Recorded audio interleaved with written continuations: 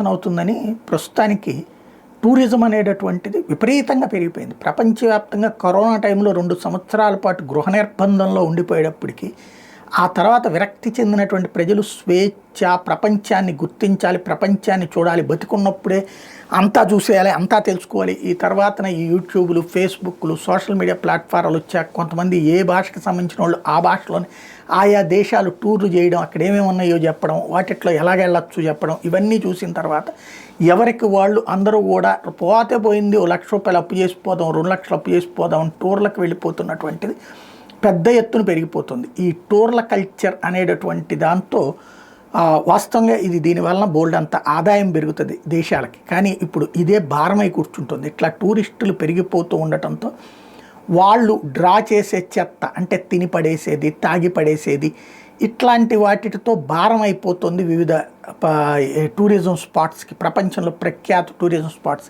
దీంతో టూరిస్టుని తగ్గించుకునే చర్యలు ప్రారంభించి పన్నులు వేస్తూనే టూర్ చేసేటట్టయితే Bhutan, Indonesia, Thailand, Spain, Italy ఈ మధ్యన ఇప్పటికే టూరిస్ట్ ట్యాక్స్ ఒక రకంగా ఆర్థిక నష్టాల్లో ఉన్నటువంటి దేశాలు టూరిస్టుల మీద వచ్చే ఆదాయమే కాకుండా టూరిస్టుల మీద పన్ను ఆదాయం కూడా సంపాదించాలనుకుంటే ఇప్పుడు తాజాగా రష్యా లాంటిది ఆర్థికంగా ఇబ్బందులు ఉంది కాబట్టి అది కూడా అదే పరిస్థితి చేస్తుంది. కొడైకెనాల్లో ఆల్రెడీ మన దేశంలో కూడా ఇట్లాంటి ట్యాక్సే ఉంది.